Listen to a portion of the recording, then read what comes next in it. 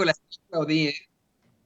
Yo me acuerdo hace 17 años, ese día, de este discurso que casi no pasaron en los medios de comunicación tradicionales, una situación que fue puesta con la mayor ambigüedad en esos voceros pseudoperiodistas, pseudointelectuales, y que la gente en la realidad pues no sabía mediante Televisa, mediante TV Azteca o mediante los periódicos de aquel entonces por qué desaforaban a Andrés Manuel López Obrador. La gente tenía la idea que le planteaban de, que era un delincuente, el jefe de gobierno de la Ciudad de México, un peligro para México, así lo planteaban desde aquel entonces. López Obrador es un peligro para México, tiene que ser desaforado y puesto en prisión. Y cuando nos preguntábamos los mexicanos, oiga, ¿y por qué o qué? No, pues nomás porque así es él, ¿no? Así nos lo planteaban en los medios de comunicación tradicionales y de buenas a primeras muchos nos enteramos al investigarlo, por supuesto, que se le estaba acusando de haberse apropiado de un predio, eh, y esto con tal de abrir una calle precisamente para llegar a un hospital. Y los que nos enterábamos decíamos, bueno, cabrón, ¿con qué se hubieran buscado los conservadores de aquel entonces? Se hubiera buscado Fox, una forma distinta de, de buscar el desafuero del presidente López Obrador. Se hubiera buscado, vamos, una idea distinta, como ahora con los montajes del pseudoperiodista Carlos Loret de Mola, ¿no? Que son un poquitito más elaborados, ¿no? No, aquí sí era ridículo lo que le planteaban a los mexicanos. Estamos desaforando a López Obrador porque abrió una calle para que se pudiera llegar a un hospital, imagínense. Al fin y al cabo, la justicia prevaleció, la constante y perpetua voluntad de darle a cada quien lo que le corresponde prevaleció. Sí lo desaforan al presidente López Obrador en este juicio de procedencia, se le llama en el derecho, pero no pierde del final sus derechos políticos y se convierte en candidato a la República, a la presidencia de la República en 2006, en una elección verdaderamente cuestionable. Usted conoce perfectamente la historia, en la que supuestamente gana Felipe Calderón por menos de un punto porcentual, ¿eh?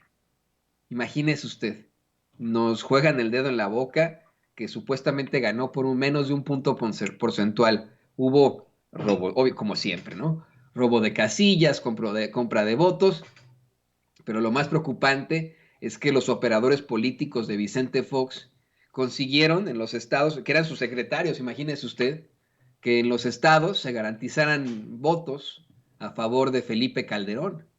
Tampoco se me va a olvidar, eso no se lo podemos pasar nosotros por cuestiones de copyright, el momento en el que después de esta elección fraudulenta en la que queda Felipe Calderón como espurio presidente de México, interrumpen muchas personas el show este piñatísima, pedorrísimo, espantoso que existía en Televisa de Adal Ramones. Otro rollo. No sé si se acuerda usted, búsquelo en YouTube cuando termine esta transmisión, pero en aquel entonces un grupo de jóvenes comenzaron a exigir voto por voto, casilla por casilla, en el programa este lo interrumpen, se van a comerciales, pero no dejan las instalaciones de Televisa, muy enojado Adal Ramones, pues los cuestiona, los enfrenta. Hoy Adal Ramones es uno de los principales críticos desde esas esferas del espectáculo de López Obrador, por ejemplo. Pero ahí queda esta historia hace 17 años. ¿Por qué lo pone López Obrador? Dice, bueno, porque muchos jóvenes que tenían un añito en ese entonces van a votar este fin de semana en la consulta de revocación de mandato. Imagínese usted, ¿no? El presidente, mire, tuvo una serie de cuestionamientos. No pude yo identificar a qué reportero le hace este cuestionamiento, pero mientras está asegurando que ha sido un muy buen día porque la Suprema Corte mantuvo la constitucionalidad de la ley de la industria eléctrica, mientras decía que estaba feliz, feliz, feliz, un reportero lo interrumpe a gritos en la mañanera y le cuestiona que si presionaron a los ministros de la Suprema Corte de Justicia. Mire, qué gran pendejada, ¿no? O sea, honestamente, con todo respeto para el compañero reportero, para el compañero corresponsal de la fuente, yo se lo voy a decir como un paréntesis, ¿no? Qué gran pendejada el decir que presionaron desde el gobierno a los ministros, puesto que solamente 4 votaron a favor de la constitucionalidad de la ley de la industria eléctrica. El resto de los 7, incluyendo a Margarita Ríos Farjat, votaron en contra. De hecho, antes de que le responda el presidente este cuate, este reportero, habla de fuertes presiones, pero hacia los ministros en lo general. Dice, resistieron fuertes presiones en el Poder Judicial. Dice, están los cañonazos a todo lo que dan y andan torciendo la mano de los que se dejan. Y dice el presidente, sí hubo fuertes presiones en el Poder Judicial, pero no de su gobierno. Dijo que esos ministros estuvieron sujetos a fuertes presiones de todos lados, desde el empresariado, desde cuestiones internacionales, desde políticos, desde hombres y mujeres del poder. Imagínense. Y este cuate, no sé quién era, ¿eh?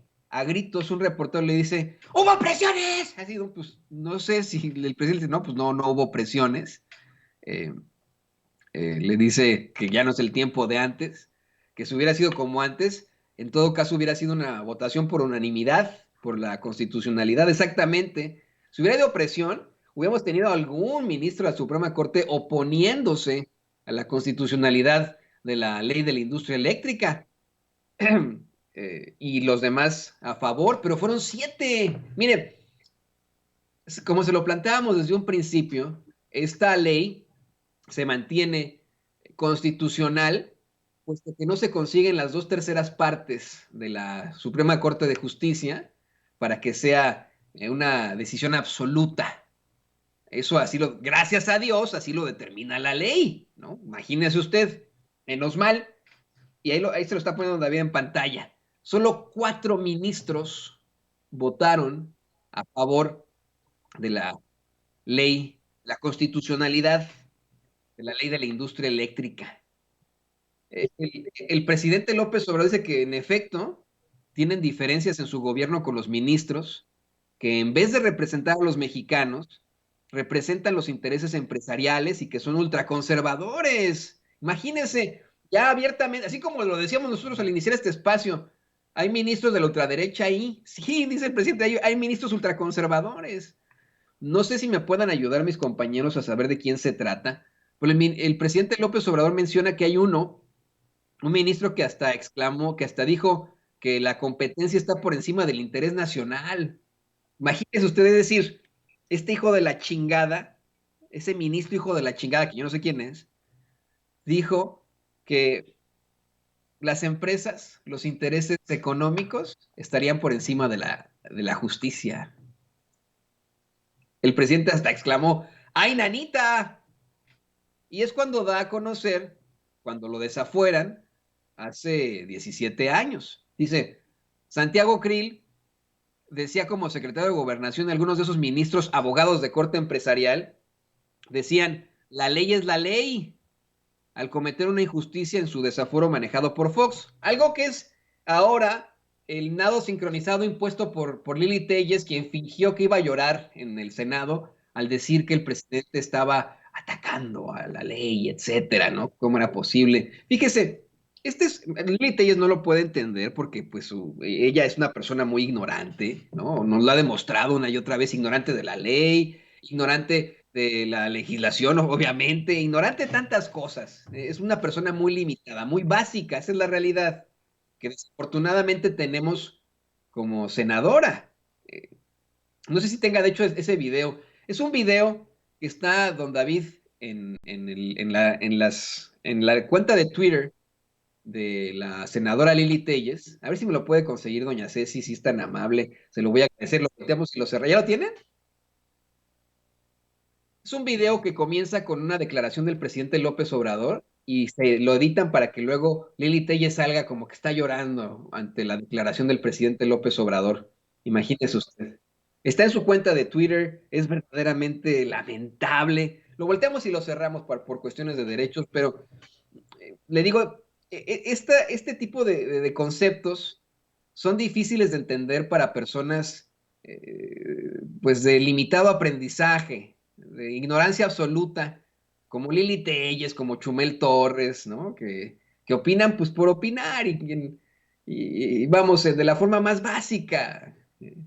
Mire, desafortunadamente, Lili Telles es senadora, llegó por Morena ahí, imagínense, engañando al electorado en Sonora, llega por Morena, y es la que de los que se unen a este nado sincronizado por unas declaraciones que hizo el presidente López Obrador ayer o anteayer, el que dice, no me vengan con eso de que la ley es la ley, etcétera. A lo que se refiere, y es muy claro esto, es que la justicia está por encima de la ley. Ese es un concepto básico de derecho. Eso se lo enseñan a los estudiantes de esa carrera desde el primer semestre. Entonces, tú me vas a decir, tú, Toño, ¿qué chingado sabes si tú eres periodista? Sí, periodista y abogado. Yo estudié periodismo y derecho. No me he titulado como abogado porque se vino la pandemia, pero también estudié derecho. Y es un concepto, pero vamos, fundamental en derecho, que la justicia está sobre la ley. Esto es lo que publica Lili Telles en sus redes sociales. Mira nada más. Y que no me vengan a mí de que la ley es la ley, no me vengan con ese cuento. Es el mayor insulto que hemos escuchado en la historia de este país hacia las leyes y hacia la Constitución que él mismo juró cumplir. Gracias, senador. Muy bien. Fíjese cómo hasta se le corta la voz a Lili Telles, como si fuera a llorar por esto. Qué terrible, ¿no? Es una actuación, como dice doña Ceci, asquerosa. Una actuación asquerosa. Ahí en el Senado. Un personaje televisivo. Ella siempre se ha detentado como periodista, pero imagínese usted, no tiene una carrera, no sé si ahora la tenga, pero en su perfil, por ejemplo, del Senado, aparece que pues terminó la prepa, la metieron a trabajar en un canal de ahí de Hermosillo, Sonora, y de ahí se ascendió a TV Azteca y se convirtió en reportera, según esto, ¿no? Pero lo muy limitada de Lili Telles le evita conocer a lo que se refiere en esto el presidente López Obrador. No es maroma. Mire, verdaderamente quiero mandar a la chingada a los que nos acusan de maromeros. Es explicar la ley, un concepto tan básico, tan importante de derecho. La justicia, la constante y perpetua voluntad de darle a cada quien lo que le corresponde, está por encima de la ley. Por eso es que López Obrador dice, no me vengan con que la ley es la ley, etcétera. Pues no, no, exactamente. No pueden decir, ah, la ley es la ley, así que nos los vamos a chingar. No, primero está la justicia, cabrones. No nos vengan con esta vez Lili Telles con la voz entrecortada, diciendo que es algo terrible para el México y para la ley, y no sé qué, por favor. Fíjate, hasta casi llora ahí, o sea, como si se tratara de una telenovela de TV Azteca. Haga de cuenta que estamos viendo ahí lo que callamos las mujeres. No sé si siga ese programa de TV Azteca ahí, ¿no? Haga de cuenta, o sea, es ridículo. Es la Rosa de Guadalupe de Televisa o lo que callamos las mujeres, ¿no? Así, o sea, qué ridiculez, qué terrible. Y le digo, hoy el presidente López Obrador insiste con eso, en que burlándose Santiago Krill, esos ministros dijeron que la ley era la ley al cometer una injusticia en su desafuero manejado por Fox, que mandaron a buscar a quien fuera el presidente de la Suprema Corte, Mariano Azuela Huitrón, y que pues fue sometido junto con otros ministros. Dio a conocer que en el caso de la constitucionalidad de la ley de la industria eléctrica, casi todos los que vienen del antiguo régimen votaron en contra, excepto el nieto de Antonio Ortiz Mena. Ayer la profesora Guadalupe Correa nos adelantaba que podría haber un conflicto de interés con el ministro Ortiz Mena. Y fíjese, no hubo, porque votó a favor de la constitucionalidad de la industria eléctrica, de la ley de la industria eléctrica. Qué fuerte, qué interesante lo que se planteó. Y mire, le pido a don David que